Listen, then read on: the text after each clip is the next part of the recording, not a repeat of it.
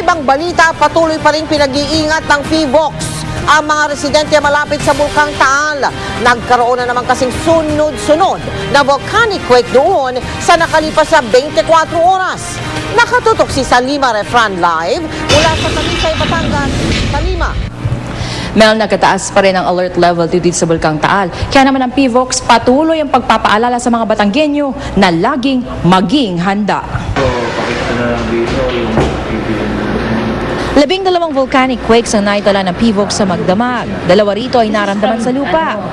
Isang intensity 2 quake ang yumanig sa Barangay Kalawit sa Volcano Island, 4:32 na madaling araw kanina. Di pa nakalilipas ang kalahating oras. Isang intensity 1 naman ang tumama ng 4:49 a.m. Sa report sa PHIVOLCS, nakarinig daw ng mga dagundong ang mga residente kasabay ng pagyanig. Kaya ang PHIVOLCS patuloy sa pagpapaalala. Ipinakita nila sa GMA News ang pinakabagong hazard map sa probinsya ng Batangas. Sa mapa, makikita ang mga lugar na maapektuhan ng isang matinding pagsabog ng Bulkang Taal. Sa sitwasyon ng mga ballistic projectiles o paglabas sa mga batong umaapoy, maapektuhan ang mga residente na nasa Volcano Island. Pero sa sitwasyon ng base surge o paglabas ng high pressure at mainit na volcanic materials, maapektuhan na ang mga nakapalibot na munisipalidad sa lawa. Mas malawak naman na maapektuhan ng lake water oscillation o pagkakaroon ng naglalakihang alon sa lawa. Ang worst case scenario map na ito ay nakabase sa mga nakalipas na mga pagsabog ng bulkan. Ang mahalaga na maunawa nilang mabuti itong mga hazard map na ito dahil ito yung nagpapakita na kung magkakaroon ng malakas na pagsabog ang Taal Volcano, ito yung mga area na, for example, sa base surge, no? Ito yung mga area na pwedeng abutin. Ng ibang paraan para... Bumisita naman si Tourism Secretary Alberto Lim kanina dito sa Talisay. Gusto raw masiguro ng kalihim na ligtas pa rin ang mga turista na bisitahin ng mga lakeshore municipalities ng Batangas. Bagamat nasa alert level 2 daw ang Taal at may voluntary evacuation, ito ay para lang daw sa mga nakatira sa Volcano Island. So yung mga turista pwede pang pumunta dito sa lakeside towns, pero hindi sila pwedeng pumunta dun sa Taal Island, Volcano Island. Ang mga turista namang ito, tila enjoy rin sa pananatili sa mainland. No, I'm not scared about Taal. Why? I think he might come one day. But today the wheelbox will protect the people. I've seen about the alert level, but that doesn't scare me. Why? Mel, tuwing summer vacation, 300 turista kada araw ang dumarating dito sa bayan ng Talisay. Kaya naman sa kabila ng nakataas na alert level, ay umaasa pa rin ang lokal na pamahalaan na marami pa rin ang kanilang magiging bisita. Pero ang paulit-ulit na paalala ng PHIVOLCS, lagi tayong maging handa. Mel? Pero teka muna, Salima, yung Tagaytay ba kasama dyan? Mel, wala, no? Hindi inabutan doon sa ating nakitang hazard map itong lugar ng Tagaytay. So, okay dahil medyo pa, okay. mataas pa ito dito sa bayan ng Talisay. Okay, maraming salamat sa iyo, Salima Refran. Binaklas na ang helicopter ng Philippine Air Force na nag-emergency landing sa Taytay sa Rizal kahapon. Tulong-tulong ang mga tauhan ng Air Force sa pagbaklas sa mahalagang bahagi ng helicopter. Kinailangan pang butasin ang isang pader ng bakanteng lote kung saan naglanding ang helicopter para doon idaan ang mga binaklas na bahagi. Dadalhin ito sa airbase sa Florida Blanca, Pampanga para doong kumpunahin. Kaligtasan mo sa Alerto 24. Patay ang isang ginang at ang kanyang 7 taong gulang na anak matapos silang masagasahan ng bus sa EDSA Pasay kagabi. Si Steve Dailisa, naka-Alerto 24.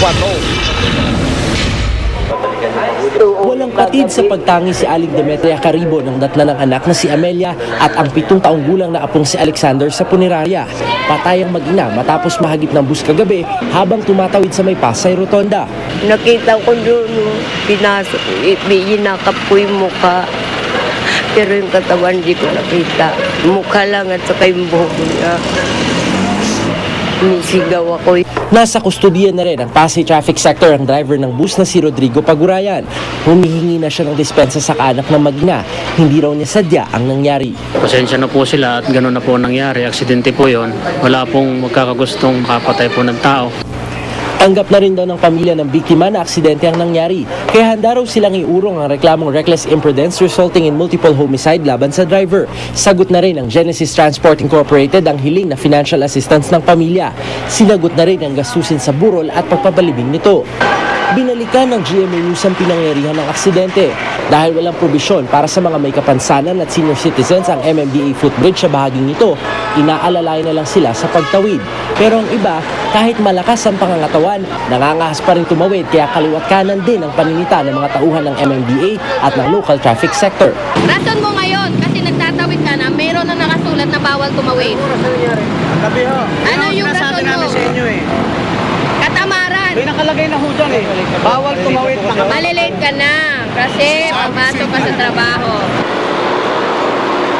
Kung tutusin, marami namang nakapaskel na babala na nagsasabing no jaywalking at bawal tumawid sa bahaging ito ng Pasay Rotonda. Meron din namang footbridges na pwedeng madaanan yung mga pedestrian. Ang kaso, marami raw talagang pasaway. Sa tala ng Pasay Traffic Sector, nasa 5 na yung bilang ng mga aksidente dito ngayong taon lamang ito. Pinakahuli na yung mag-ina kagabi.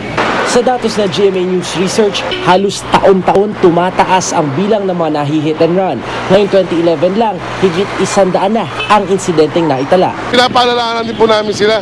Kaya lang, mahirap po eh. Minsan kami namumura. Pinapaliwalan na naman na lang namin para hindi na umaba. Steve Delisa, Nakalerto, 24. Kung ang mga empleyado sa pribadong sektor ay may pag-asang makakuha ng aumento sa sahod, tila malabo naman daw para sa mga kawani ng gobyerno.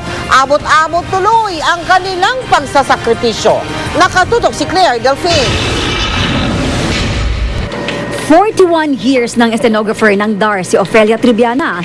Pero sa haba ng paninilbihan niya sa gobyerno, tumatanggap na siya ngayon ng 13,000 pesos na sweldo kada buwan. Kasama ang samut-saring deductions, ang nauuwi niya, 5,000 piso lang. Mahirap. Kumbaga talaga maghigpit ka ng sinturon. Kasi magbabayad ka ng ng kuryente, ng tubig, tumaas na lahat. Ayon sa Confederation for Unity, Recognition and Advancement of Government Employees o COURAGE, hindi nag-iisa si Ofelia. Kalahating milyong kawani ng gobyerno ang tumatanggap ng sweldong tulad sa kanya. Ang iba, mas malala pa. Sa ngayon kasi, ang minimum wage sa government service, 7,500 pesos. Sa ilalim ng Salary Standardization Law na ipinasa noong 2009, gagawin itong 9,000 pesos. Pero dahil kulang sa pondo, inuutay-utay ang pagbigay ng salary increase. Sa darating na Hulyo, tatanggap sila ng dagdag sahod na 750 pesos kada buwan. Ang natitirang 750 pesos sa Hulyo na ng susunod na taon. Hindi pa rin aabot doon sa tinatawag na nakabubuhay na antas. Kasama kami doon sa bilang ng sinasabing nakaranas ng kagutuman. 6,000! Kaya panawagan nila sa gobyerno, isa pang round ng salary increase na aabot ng 6,000 pesos. Taliraw ang kamay ng palasyo pagdating sa sweldo ng mga kawani ng gobyerno. May batas daw kasing nagmamando sa bagay na ito. Ibig sabihin daw, ang Kongreso ang may mas malawak na otoridad sa isyung ito. We're governed by the Salary Standardization Law. So we would have to comply with the law. Anything we do should be in accordance with the Salary Standardization Law. So we're limited by what the law says. Nakakadismaya lamang ay napakadali nilang sabihin na wala silang magagawa. Patunay na ito ay pagiging insensitibo, manhid sa tunay na kalagayan ng mga manggagawa. Ayon sa palasyo, kung magtuloy-tuloy daw ang sunod-sunod na pagtaas ng presyo ng bilihin, maaari raw nilang pag-usapan ang bagay na ito sa susunod na meeting ng Legislative Executive Advisory Council. Claire Delphine, Nakatutok, 24 Oras. Para po sa inyong kabatiran, ang ating kapusong si Cedric Castillo ay isang certified civil engineer. Sa ibang balita, sinampahan ang Bureau of Customs ng 1.1 billion peso smuggling case ang isang opisyal ng kumpanyang CDO Food Sphere Incorporated. Ayon kay Customs Commissioner Angelito Alvarez, dawit umano sa pagpasok ng mga undervalued shipment si Rolando Juan Cruz, Assistant Vice President for Finance ng naturang kumpanya. Nasuhan din si Romeo Lerit, isang customs broker. Ayon kay Alvarez, ay dineklara ng kumpanya na halaga ng inangkat nitong karne mula October 2009 hanggang March 2011 ay katupas lang ng 66 na piso kada kilo. Samantalang mahigit 100 piso kada kilo ang idineklara ng iba pang meat importer. Ito yung nakita namin na in-import nila from India na mayroong gross undervaluation. At nung nakita nga namin yung mga documents that they submitted, clearly falsified invoices ang sinabit nila. Nabigla naman ang Food Sphere Incorporated sa pagsasampa ng kaso ng Bureau of Customs. Ayon kay Attorney Raymond Fortun, ang tagapagsalita ng kumpanya, hiningan sila ng customs ng importation documents mula 2010 hanggang 2011 at ibinigay naman daw iyon ng otorisadong customs broker. Kaya nagulat daw sila sa isinampang kaso ng customs kayong hindi pa naman daw tapos ang pag-validate sa impormasyon. Premature daw ang isinampang kaso. Wala din daw itong basihan, kaya kampante silang ito'y mababasura. Magit 30 taon na raw sa food business ang Food Sphere Incorporated at niminsan ay hindi naakusahan ng illegal na gawain. May iba naman po tayo ng balita. Ramdam na po ng ating mga kababayan ang panahon ang panahon ng tag-init. Ano nga ba ang mainam na isuot para hindi tayo ganong pagpawisan? Narito po ang pagtutok ni Trisha Safra. Sobrang init, nakakahilo. Parang babagsak sa init eh. Isa raw susi para maging cool pa rin kahit mainit, hindi lang sa pag-inom ng malamig o sa pagtambay sa malamig na lugar, kundi sa pananamit. Ayon sa isang fashion consultant, cotton at linen ang dapat na isinusuot pag summer. Iwasan ang tela na mataas ang materyales na polyester dahil mainit ito sa katawan. Pero kahit kailangan maging komportable, di dapat mawala ang fashion sense. Comfortable, but I did not say na, dowdy or pababayaan mo na yung sense of style mo. Image is very important. Okay? Very, very important because it expresses who you are and it helps you reach your goals, whether they're professional or personal. Uso ngayon ang puti at earth tone colors gaya ng yellow, orange at green. Uso rin ang floral patterns at tribal accessories. Hindi na raw kailangang gumastos para sa kaliwat ka ng mga okasyon at gimmick. Kailangan lang maging malikhain at malaro sa mga accessories. From really, really low-costing bazaars where you can get trinkets, you will be surprised. There are so many beautiful accessories that you can get from these bazaars. Ang damit na ito na pwedeng panlakad sa umaga, nilagyan lang ng trench coat, pwede nang gamitin sa evening gimmick. Itinerno rin namin ang trench coat sa isa pang summer outfit at pwede nang gamitin sa isang mas formal na okasyon. Trisha Zafra, Nakatutok, 24 Oras.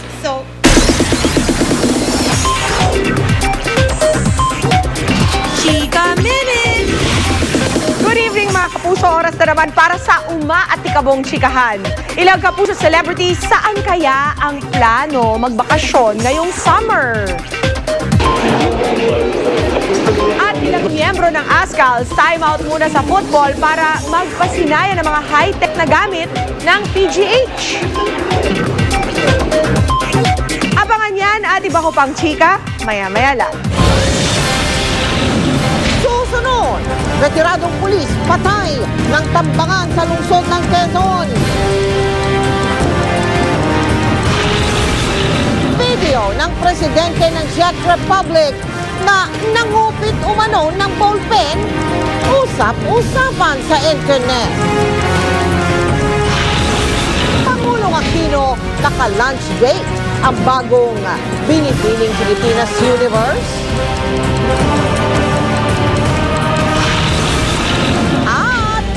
Kapuso Network, nakakuha ng 3 medalya at finalist certificate sa prestigyosong 2011 New York Festival. Tutok na, dito lang, sa 24 Oras.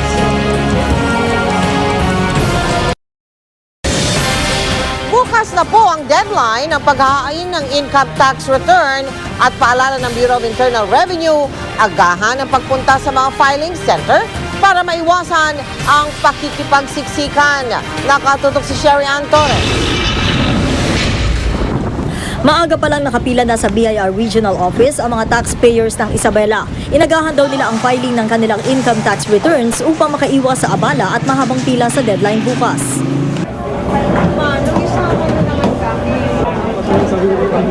Dito naman sa BIR Region 7 sa Quezon Avenue sa Quezon City, marami na rin pumipilang taxpayers. Ano gagastusin ng gobyerno, hindi tayo magbabayad ng taxes, di ba? Sabi ni Director Nestor Valeroso ng BIR Region 7, mas marami ang maaga naghain ng ITR at mas maayos din daw ang sistema ngayon. Wala kaming problema so far sa ngayon, and I did not receive any bad feedback from the field. Wala pa namang nag-aangal na taxpayer natin na itong bangko hindi nag-cooperate. Sakop ng BIR QC Region 7 ang North at South Quezon City, Mandaluyong, San Juan, Pasig, Marikina at Cainta. Nasa 365,000 ang nakatalang taxpayer dito. Payo ng BIR sa publiko magpunta dito bago mag alas 8 ng umaga o kaya itaon sa tanghalian ng pagpapile nila ng ITR dahil yun daw yung maluwag dito. Samantala, may bagong kampanya ang Quezon City BIR laban sa tax evaders. Ito ay yung pag-i-scan ng ITR na isusumite nila sa BIR. Dito ini-scan ang mga ITR na natanggap na ng BIR. Agad ito ipapasok sa database na pagbabasihan kung magkakaroon ng question sa isang taxpayer. Makita natin kung gusto nating tingnan kung lahat ba ay nakafile or meron tayong i-verify na nakafile ba itong semester X. Pwede rin nating tingnan doon through the system. Pero sa main office ng BIR sa Quezon City, malayo sa aktibidad sa Region 7 at sa Isabela. Aalog-alog kasi ang filing center dito. Ang mga lamesa halos di pa nagagamit. Taon-taon ganito raw talaga. Tsaka palang dadagsa ang tao kung kailan deadline na. Sabihin na natin hindi nag-file on or before the deadline. Mga tinatawag nating karagdagan dun sa buwis na dapat mong bayaran, ito yung surcharge of 25%, 20% interest per annum, saka compromise penalty. Depende sa laki ng laki ng kinita mo. Buti na lang may ilang maagap. Ayokong mapasama dun sa karamihan dahil mas matagal, mahaba ang pila. Gagalit po ang presidente natin pag hindi tayo magbayad?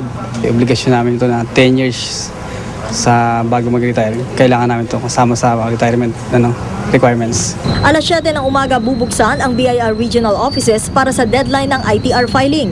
Tatagal ito hanggang alas 8 ng gabi. Sherian Torres, nakatutok, 24 oras. Inilibing na si Sally Ordinario Villanueva, isa sa mga Pilipino na binitay sa China. Ang sunod daw na pagtutuunan ng pansin ng kanyang pamilya ay ang paghabol sa recruiter na nagpahamak umano kay Sally. Nakatutok si Victoria Tulan. Isa munang misa ang ginawa sa bahay ng mag-aama ni Sally Ordinario Villanueva sa Jones, Isabela. Matapos nito inihanda na ang mga labi ni Sally para sa libing.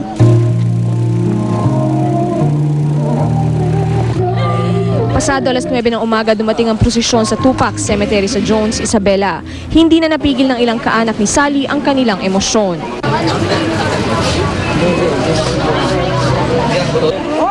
Ang kanyang inang si Edith Ordinario halos hindi makatayo. Hanggang sa huli iginiit ni Edith, inosente ang kanyang anak kaya namang galit niyang hinamon ang di umano'y nagpahamak kay Sally na si Tita Kakaya na sabihin na ang totoo. Wala akong kinakatakutan. Kahit mamatay na ako ngayon, wala akong kinakatakutan. Basta gusto ko katarungan ng anak kong kailangan ko. Kahit nagdadalamhati naman ang kapatid ni Sally na si Mirasol Ordinario Delfinado, nangako siya sa kanyang ate na gagawin nila ang lahat para tuparin ang kanyang mga kahilingan. Nalulungkot kami dahil wala ka na, dahil ikaw ang nagbibigay ng lakas ng pamilya natin. Kahit anong mangyari, nandito lang kami para sa mga anak mo. Mahal na mahal namin ang mga anak mo at alam mo rin na mahal ka namin. Sa ngayon, panibagong pagsubok ang hinaharap ng pamilya ni Sally. Ito ang pagsusulong ng kanyang kaso para makamit ang hustisya. Mula rito sa Isabela, Victoria Tulad, nakatutok, 24 oras.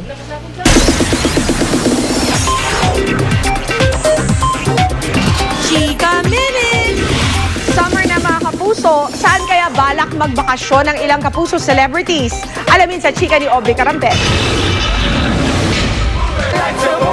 May kanigan ng plano ang ilang celebrities para sa kanilang summer getaway. Si Bella Padilla gustong pumunta sa Vietnam. This Holy Week, i-visit ko yung cousin ko sa Vietnam. Pero tatanong ko pa kung okay sa artist center na umalis-alis muna ako. I have to ask first. Pero if they say yes, I want to spend some time in Vietnam sana. Out of the country din ang destinasyon ni Enzo Pineda. Nalilipad patungong Las Vegas next month para panoorin ang Pacquiao Mosley fight. Pero gusto rin daw niyang pumunta ng Boracay kasama ang pamilya at mga kaibigan. Sana, syempre, summer makapunta rin ako sa beach. Like last year, Boracay. Si Mark Heras naman dahil puno ang mga beach ngayong tag-init, iwas raw muna siya dito. Summer, basta sama-sama lang kami siguro. Pamilya, and malamang sila ina po.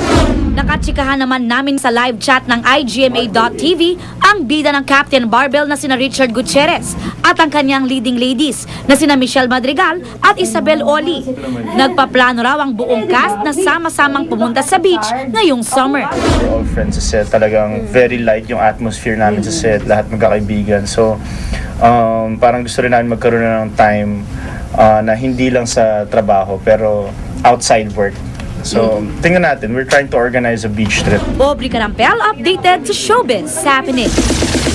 May isisika pa ako mamaya. Anak ni Gloria Diaz na si Isabel Daza, tuluyan ng sumabak sa showbiz.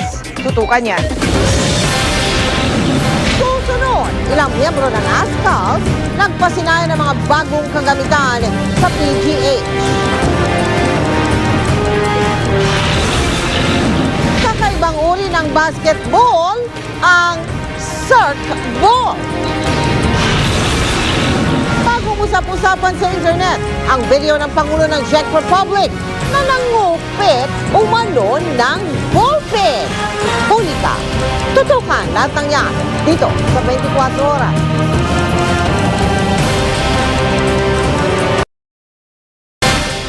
Nag-time out muna sa football ang Philippine ASCALS para pasinayaan ang mga bagong pasilidad sa Philippine General Hospital. At bilang pagkilala sa karangalang ibinigay ng koponan sa bansa, libre na raw ang lahat ng kanilang pangangailangang medikal sa PGH. Nakatutok si Mark Zambrano. Panauhing pandangal ang Philippine ASCALS sa inaugurasyon ng bagong Ambulatory Surgical Center and Nuclear Medicine Unit ng Philippine General Hospital. Ipinakita sa koponan ang mga high-tech na gamit at silid. Nakapagpa-check up rin ng ASCALS forward na si Yanti Barsales dahil sa mga injury na natamo niya sa kanilang mga huling laro. Ayon kay Dr. Edwin Mercado, President and CEO ng UPMC, pwede nang ituring ng ASCALS ang PGH bilang pangalawang tahanan. Kami bilang isang institusyon na sumusuporta dito sa adhikaing ito ay kusang nagbibigay ng sabi nga namin unlimited access sa pangangailangan ng ASCALS sa kanilang pangkalusugang pangangailangan. Huwag naman sanang kung sila ay maaksidente, pero kasama na rin dito yung mga sports enhancement program.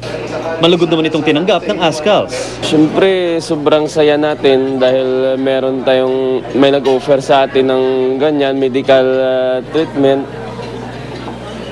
Grab natin yung opportunity na hindi naman natin pinagdadasal na mangyari nga, may mga injuries tayo. Pero siguro mga minor lang, okay lang.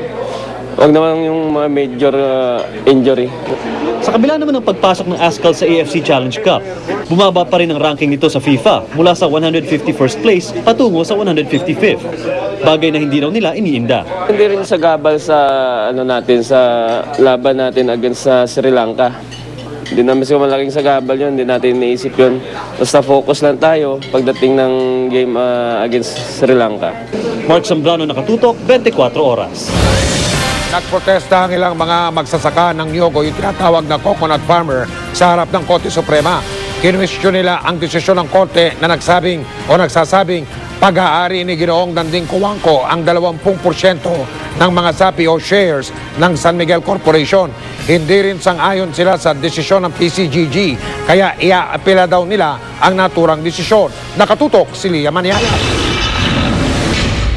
Well, I will tell them good luck. Ito raw ang masasabi ni Senate President Juan Ponce Enrile sa mga coconut farmers na balak pang kwestiyonin ang ibinabang desisyon ng Korte Suprema na nagsasabing pag-aari nga ni Eduardo Danding Cojuangco ang 20% ng shares of stocks sa San Miguel Corporation. Personal na alam daw ni Enrile na kay Cojuangco talaga ang shares of stocks na ito. Siya pa nga raw mismo ang nagpayo kay Cojuangco na bilhin ng stocks noong chairman si Enrile ng United Coconut Planters Bank o UCPB. Sabi pa ni Enrile, binili ni Cojuangco ang 20% shares of stocks na ito kay Enriquito Zobel. Danding was the one who bought those shares for himself. So what if it came from the CFFI? If he paid the loan, hindi naman niya ninakaw yun. Hindi naman niya dinurogas yung bangko. O inutang niya doon sa trust fund yung pera. And he paid for it. Pero dismayado si Senador Joker Arroyo sa desisyon ng korte. Hindi na raw dapat pinaabot ng halos 30 taon ng kaso kung madidismaya lang ang mga magsasaka. Yan po ay nanggaling sa Muling kinalampag ng ilang grupo ng coconut farmers ang mataas na hukuman para questionin ang naging desisyon nito. Giit nila, kanila ang 20% shares of stocks sa San Miguel Corporation dahil ang Coco Levy Fund daw na naipon nila mula taong 1973 hanggang 1982 ang pinambili ni Cojuangco nito. Ang Coco Levy Fund ang trust fund na nabuo noong panahon ni dating Pangulong Ferdinand Marcos na galing sa buwis na ikinakaltas sa mga coconut farmers. Sabi ni Cojuangco sa korte, hindi Coco Levy Fund ang pinambili niya ng 20% shares sa San Miguel Corporation, kundi sarili niyang pera. Inatasan na ni Pangulong Noynoy Aquino ang kanyang legal team na pag-aralan ang ibinabang desisyon ng korte. Tiyuhin ng Pangulo si Cojuangco. 7 sa mga Supreme Court Justices ang nagsabing kay Cojuangco ang naturang shares habang 4 naman ang kumontra. Nasa Australia ngayon si Cojuangco pero inihayag na ng kanyang kampo ang pagkagalak sa naging desisyon ng korte. Lia Manyalak, Nakatutok, 24 Oras.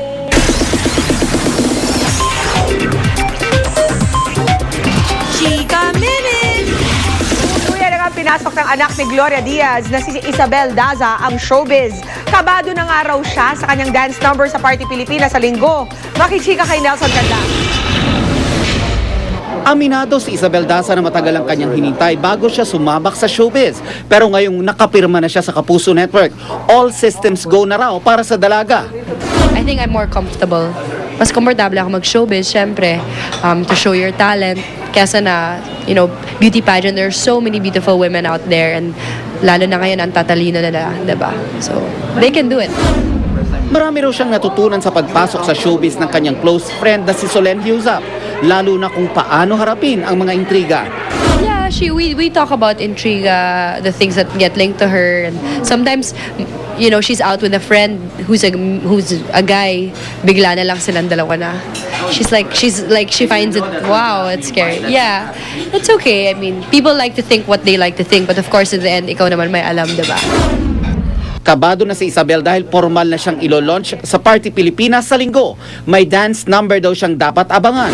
Dahil kabado nga, nakiusap daw siya na sa bahay na lang manood ang kanyang inang si Gloria Diaz. But she's also very excited and encouraging me to smile and really project. So we'll see how I do. Nelson Canlas, updated sa Showbiz Happenings. Hindi pa tapos ang chikahan, Pinoy designer na na-feature sa America's Next Top Model na kausap ng GMA News. Ang mga kwento niya, abangan mamaya. Abangan! Pusa sa Amerika, tinamaan ng pana sa ulo pero nabuhay. Pangulong Aquino, naka-lunch date ang bagong binibining Pilipinas Universe. GMA Network, pinarangalan na naman sa prestigyosong New York Festival. Walang pati na pagtutok dito lang sa 24 Oras. Moisturizing. Sa Amerika, isang pusa ang tinamaan ng pana sa kanyang ulo. Nakatusok pa ang pana sa ulo ni Max nang siya isugod sa veterinaryo. Nagtamo siya ng 2 hanggang 3 pulgadang sugat. Pero mabuti na lang at di napuruhan ang kanyang utak. Ligtas na ngayon ang pusa. Iniimbestigahan na ng mga otoridad kung sino ang pumana kay Max. Matapos ang ilang taong investigasyon, meron ng kinasuhan ng ombudsman kaugnay sa kontrobersyal na fertilizer fund scam. Pero hindi kasama ang umano'y utak ng scam na si dating Agriculture Undersecretary Jokjok Bolante. Nakatutok si Sandra Aguinaldo. Makalipas ang 7 taon, sa wakas, naisampa ng ombudsman ang pinakaunang kaso kaugnay sa fertilizer fund scam. 2 kasong katiwalian ang kinakaharap ngayon ni Sorsogon Governor Raul Lee, accountant na si Raul Hernandez at provincial treasurer na si Ofelia Velasco. Noong 2004, inaprobahan daw nila ang pagbili ng BioNature liquid fertilizer mula sa Feshan Philippines sa halagang 1,500 pesos per liter, kahit na 180 pesos per liter lang ang presyo nito. Hindi rin umano angkop ang liquid fertilizer na binili para sa pili na pangunahing tanim ng mga magsasaka doon. Ang kaso ay batay sa reklamo ni Rebecca De Leon Aquino, Sorsogon Provincial Board Member. Hindi kasama sa kinasuhan si Agriculture Undersecretary Jocelyn Jokjok Bolante, ang umano'y utak ng 728 million peso fertilizer fund scam. Kaya dismayado si Attorney Frank Chavez na nagsampa noong 2004 ng kasong plunder laban kina Bolante, dating Pangulong Gloria Arroyo at dating Agriculture Secretary Cito Lorenzo. It looks like a very limp afterthought dahil na ang kaso sinampa noong 2004. Anong ginawa niya for 7 years? Ayon kay Chavez, isa siya sa pangunahing witness na ihaharap ng prosecution team sa impeachment trial ni Ombudsman Merceditas Gutierrez. Nagsumite na raw siya ng kanyang affidavit na nakasentro sa aniyay hindi pag-aksyon ni Gutierrez sa reklamo kaugnay sa fertilizer fund scam na naganap umano sa ilalim ng Arroyo administration. Ahina daw ang ating kaso. Nagrally naman sa harap ng ombudsman ng grupong OMG o Ask Mercy Gutierrez Movement. Tanong ng grupo, bakit hindi pa rin nasampahan ng kaso si Bolante? Hindi pa rin talaga isinama sa kaso si Jokjok Bolante. Binibaby yung biggest fish sa particular na kaso ngayon. At bakit? Dahil si Ginoong Bolante ang pangunahing makapag-connect the dots mula sa kanila kay GMA. Pero wala si Gutierrez sa kanyang opisina habang nagaganap ang rally. Dumalo siya sa panunumpa ng kanyang anak bilang bagong abogado. Ayon kay Gutierrez, handa siyang humarap sa impeachment trial. I've been prepared all along, so kahit anong mangyari, so tingnan na lang natin. Still the same. I continue to do my work. That is my constitutional duty to still continue working despite everything. Makasama kaya sa kanyang legal team ang kanyang abogadong anak? Not sure if I'll be in the defense team, but definitely I'll help out. Sandra Aguinaldo, nakatutok, 24 oras. Nakapanayam naman ng GMA News si Sorsogon Governor Raul Lee at ayon sa kanya, posibleng nasampulan lamang daw siya ng ombudsman para lang masabi na nagtatrabaho ito. Ang giit niya, hindi overpriced ang mga binili nilang pataba. Si Mel Tiangco, ang inyong kapusong totoo. Bukas na po magsisimula ang Ogie and Regine Celebrity Ukay-Ukay. Malamang naiintriga na kayo ngayon kung ano-ano ang mga dinonate ng mga iniidolo ninyong artista na maaari naman ninyong mabili sa Ukay-Ukay. Pero siguradong ang tanong na gusto ninyong masagot, magkano nga ba ang mga items sa Ukay-Ukay na ito? Halina't silipin po natin. Patuloy ang pagdating ng mga artistang sumusuporta sa Ogie and Regine Celebrity Ukay-Ukay. Pati si Dingdong Dantes, nagbigay na rin ng kanyang donasyon. Ang pinili ko yung mabigat para sa akin because it means that it is special. Kasi pag binigay mo yung isang bagay na alam mong baliwala lang, so walang halaga sa'yo. Pero itong mga to talagang special para sa akin. I'm willing to let it go para sa pagpapatayo ng mga classrooms. Personal na iniabot ni Dingdong ang kanyang mga gamit na idodonate sa Ogie and Regine Celebrity Ukay-Ukay. Pati si Sweet, si John Lapus may dala-dala rin. Ako naman, this is a collector's edition of an Andy Warhol watch. Well, apparently, isang beses ko lang siya nasuot kasi pang babae pala siya. Imagine mo itong relos na aksidente ko lang nabili dahil sa sobrang arte ko na hindi pala kasya ay magiging classroom para sa ating mga kapuso out there. Nadadagdagan pa rin ang listahan ng mga artistang tumutulong sa Ogie and Regine Celebrity Ukay-Ukay. Dahil ukay-ukay, tiyak na makakamura ang mga mamimili dito. sa halagang 300. Nandyan ang polo ni Dingdong Dantes. Ang macho shirt naman ni Fabio Ide, 100 pesos lang ibebenta. Pwedeng-pwede na rin ang polo ni Jiggy Manicad sa halagang 200 pesos. Para naman sa mga kababaihan, ang sapatos ni Glyza De Castro, 100 pesos. Ang blouse naman ni Chris Aquino, sulit mo ring mabibili sa halagang 150 pesos. Kasing ganda rin ang presyo ang kwintas ni Carla Abellana sa halagang 100 pesos. Bukod pa dyan, mabibili din dito ang sosyaling Chanel bag na dinonate ni Annabel Rama. Ang mga gowns ni Solen Yusuf, Rufa Gutierrez at Kyla. Ang diamond chandelier earrings ni Chris Aquino. At ang klaseng mga relo ni Pia Guanyo. At marami pang iba. Mula sa sakripisyo ng mga iniidolong artista, unti-unting mabubuo ang mga paaralan para sa ating mga kabataan. Ay, wala ko na dito. Naku, talaga po namang sulit. Walang lugi. Kung mamimili kayo sa Ogie and Regine Celebrity Ukay-Ukay, magsisimula na po yan bukas hanggang sa Linggo at yan po ay gaganapin sa World Trade Center Hall B. Magbubukas po ito alas 11 ng umaga hanggang alas 9 ng gabi. Sana po magkita-kita tayo doon. Samantala, para po sa inyong donations, magsadya sa aming tanggapan at maaari din po kayo magdeposito sa aming mga bank account o kaya ay mag-log on sa www.kapusofoundation.com. Susunod. Yang video na yan, ang pag-post nito ng ballpen ng presidente ng Czech Republic. Panuorin nyo, ayan, kinukupit ba yan o ano? Pinag-uusapan po ngayon yan sa internet. At si Pangulong Aquino at ang bagong binibining Pilipinas Universe magkasamang nananghalian. Tututukan natin sa pagpapatuloy ng 24 oras.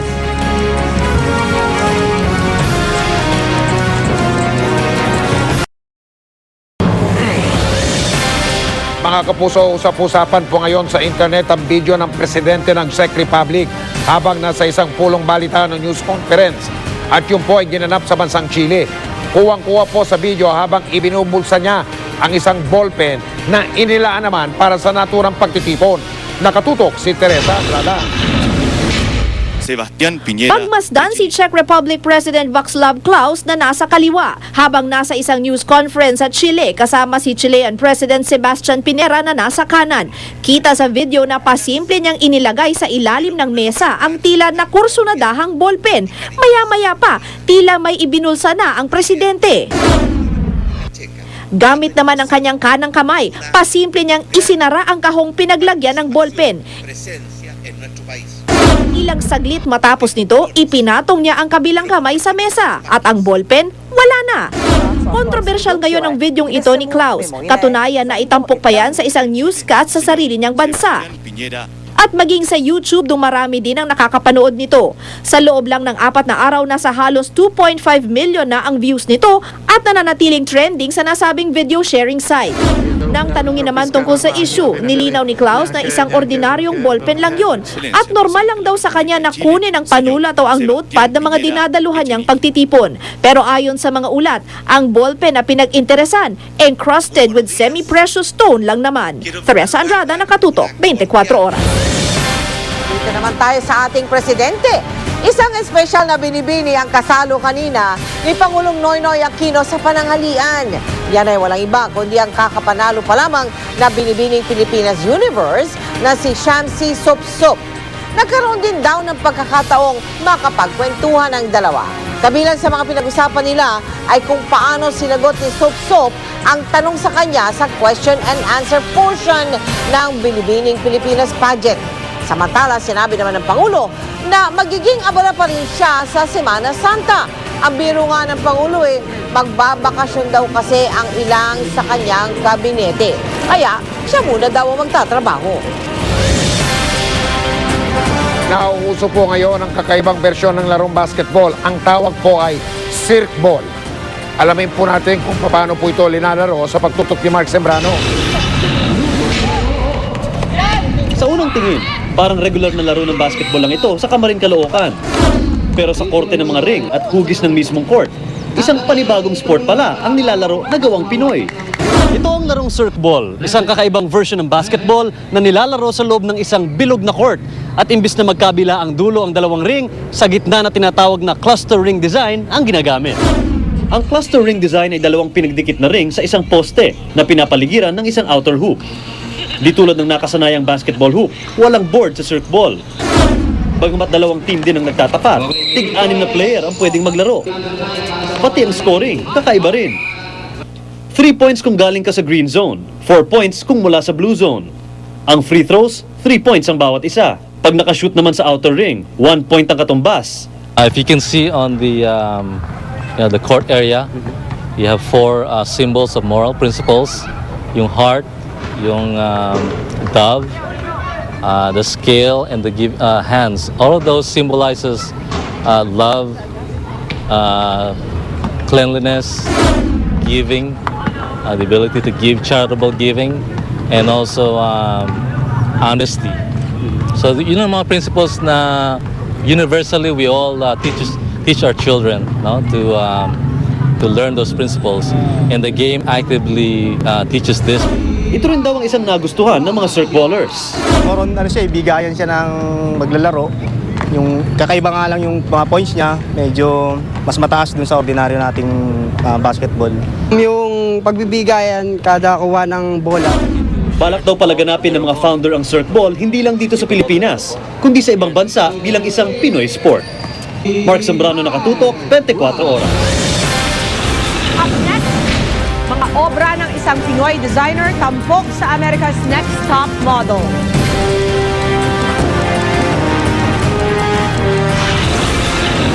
At Kapuso Network muling umani ng parangal sa New York Festivals. Tutok lang dito sa 24 oras.